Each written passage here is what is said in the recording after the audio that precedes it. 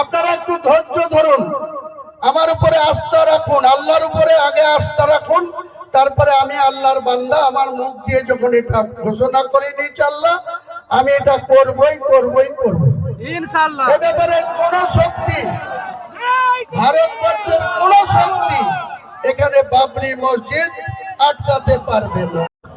আজকে আমরা এই বাবরি মসজিদ যেখানে প্রতিষ্ঠা পাবে বা নতুন ভাবে তৈরি হবে, এখানে চতুর্থ জুম্মার দিন আজকে আমরা দূর দূরান্ত থেকে যেসব মুসলিরা এসছেন নামাজ পড়ার জন্য, জুম্মা পড়ার জন্য, তাদেরকে সকলকেই আমার পক্ষ থেকে সালাম জানাই, আদাব জানাই। অনেকের মনে প্রশ্ন আছে যে এত ইট, এত বালি, এত পাথর, এত রড, এত সিমেন্ট, তাহলে কাজ কেন শুরু হচ্ছে না? নিন্দুকেরা অনেক কথা বলছেন। এখানে কিছু ভাই তারা এসে তাদের মতো করে ইউটিউবাররা ভিডিও করে নিয়ে গিয়েও তাদের মতো ব্যবসা করছে। আমার কোনো আপত্তি নেই, কিন্তু আমাদের এখানে যারা আমাদের ট্রাস্টির পক্ষ থেকে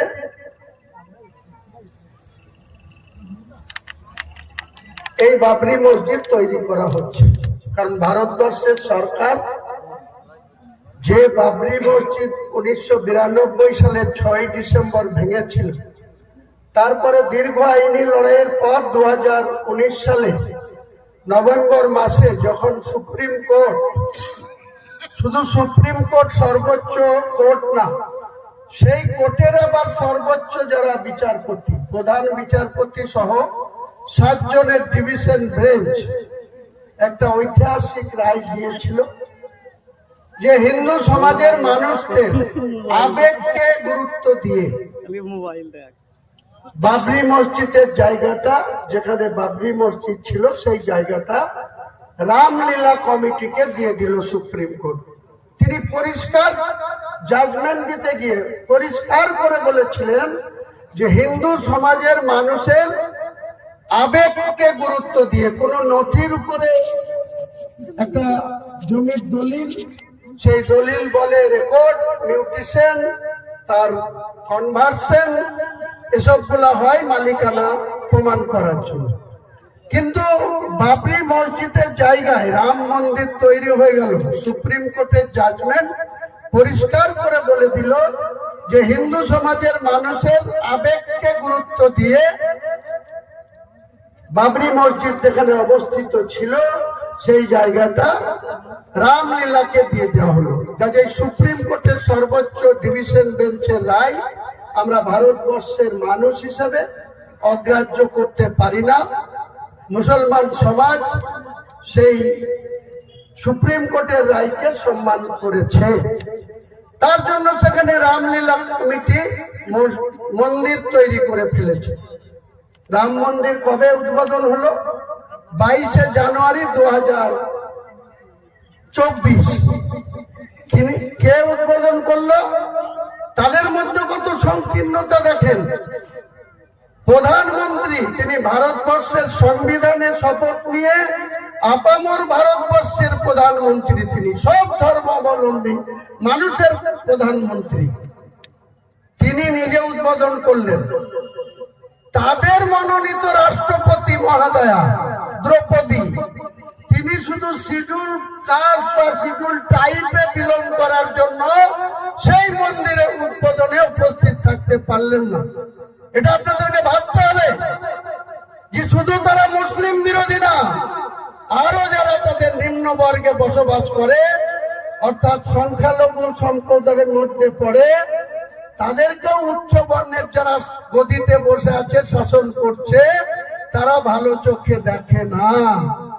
মুসলিমদের যেমন দেখে না, পাশাপাশি শিডিউল ট্রাইব, শিডিউল কাস্ট যারা নিম্ন বর্গে বিলং করে, তাহলে প্রধানমন্ত্রী উদ্বোধন করছে, তাদেরই ভোটে মনোনীত রাষ্ট্রপতি মহোদয়া দ্রৌপদী মহিলা, উড়িষ্যায় তার বাড়ি, তিনি রাষ্ট্রপতি এখনো আছেন। 22 জানুয়ারি 2024 তিনার সেখানে উপস্থিত হওয়ার সৌভাগ্য হয়নি। তারপরে যেটা ঘটেছে, নামাজের টাইম হয়ে যাবে, সেটা হচ্ছে যে আমরা চতুর্থ জুম্মা আজকে একটু আমার দৃষ্টিতে লোক একটু কম হয়েছে। কেন তা আপনারা জানেন যে হুগলিতে বিশ্ব ইজতেমা আজকে শুরু হচ্ছে জুম্মার নামাজ দিয়ে, তারপরে কাল পরশু চলবে, সোমবারে দোয়া শেষ করে এই বিশ্ব ইজতেমা শেষ হবে। আবার কোন দেশে হবে সেটা ওনারা সিদ্ধান্ত নেবে। কারণ এর আগে 32-33 বছর আগে যখন বাবরি মসজিদ ভেঙেছিল, সেই সময় একবার হাওড়ার বাঁকড়াতে হয়েছিল বিশ্ব ইজতেমা। এবার হচ্ছে হুগলিতে দাঁতপুর থানার অন্তর্গত। সেখানে আমি গেছিলাম পরশুদিন নামাজ পড়তে। আপনাদের শুধু অভিজ্ঞতার জন্য বলছি, এই যে বাবরি মসজিদ এখনো শুরুই হয়নি। আমি ইতিমধ্যে বাবরি মসজিদের কনস্ট্রাকশন যারা শুরু করবে, তারা ব্যাঙ্গালোরে একটা কোম্পানির নাম আমি করব না, তাদের পিছনে লাগার লোক মেলা আছে, সেই কোম্পানির সঙ্গে আমি এগ্রিমেন্ট করেছি। তাদের কাজ চলছে দুবাইয়ে, তারা দুবাইয়ে কনস্ট্রাকশনের কাজ করছে, অনেক বড় বড় কাজের সঙ্গে যুক্ত আছে। তাদের সঙ্গে আমি এগ্রিমেন্ট ফাইনাল সিল করব 6 তারিখ মঙ্গলবার। তারা ব্যাঙ্গালোর থেকে উড়ে আসবে, আমি রবিবারে রাত্রে কলকাতায় যাব, একটা 5 স্টার হোটেলে থাকবো, তারা এসে আমার হোটেলে উঠবে। সেই কোম্পানির সঙ্গে আমি ফাইনাল ডিল করব এবং সিগনেচার সাইন করব। কারণ আমার ট্রাস্টের আমি হেড, যে ট্রাস্টি থেকে বাবরি মসজিদ করা হবে সেই ট্রাস্টের সর্বময় কর্তা আমি তাদের সঙ্গে ডিল ফাইনাল করব। ইনশাআল্লাহ ফেব্রুয়ারি মাসের 15-র আগে কোন একটা ডেটে এখানে একটা, এই যে ইট দেখছেন, এই ইটও আমাকে আমাদের ট্রাস্টির পয়সা, দানের পয়সা খরচ করে সরাতে হবে। এখানে 1 লক্ষ লোকের প্যান্ডেল তৈরি হবে, সকাল 9টা থেকে বিকেল 4টা অবধি কোরআন তেলাওয়াত হবে। 1 লক্ষ কোরআন তেলাওয়াত হবে, কোরআনের হাফেজ, মুফতি, মাওলানা, কারীদের উপস্থিতিতে। তার ঠিক পরের দিনেই ওই কনস্ট্রাকশনের ব্যক্তিরা আনুষ্ঠানিকভাবে মসজিদের কাজ শুরু হবে। শুধু এইটুকু বলছি, আয়তন কত বড় হবে, চাতাল কতটা বড় হবে, হাইট কতটা বড় হবে, আপনারা যখন তার ডিজাইন এখানে শো করা থাকবে, ডিজাইন যখন বোর্ড লাগানো থাকবে, যে কেউ এসে দেখে নিতে পারবেন। কাজ যখন চলবে ততদিন পর্যন্ত, যতদিন কমপ্লিট না হবে ততদিন পর্যন্ত এখানে জুম্মার নামাজ চলবে।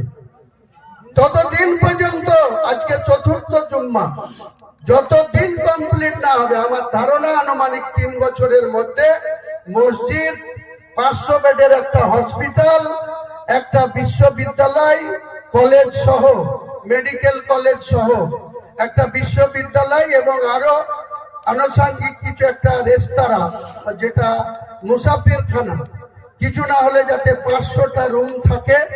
দেশ বিদেশ থেকে তারা এখানে আসবে, তারা যাতে এখানে কিছু ন্যূনতম খরচা দিয়ে তারা এখানে রাত্রিবাস করতে পারে, ভালোভাবে থাকতে পারে, তারও সুবন্দোবস্ত এখানে আমরা 30 বিঘি জায়গার উপরে, আমরা টোটাল 8 বিঘি জায়গার উপরে মসজিদ হবে, বাকি 22 বিঘা জায়গার উপরে যা যা ঘোষণা করেছি ইনশাল্লাহ তাই হবে। আপনারা একটু ধৈর্য ধরুন, আমার উপরে আস্থা রাখুন, আল্লাহর উপরে আগে আস্থা রাখুন, তারপরে আমি আল্লাহর বান্দা, আমার মুখ দিয়ে যখন এটা ঘোষণা করে নিয়েছি আল্লাহ, আমি এটা করবই ইনশাআল্লাহ। এ ব্যাপারে কোন শক্তি, ভারতবর্ষের কোন শক্তি এখানে বাবরি মসজিদ আটকাতে পারবে না। এটা হচ্ছে বলা, কাজে আপনারা কারো কথায় বিভ্রান্ত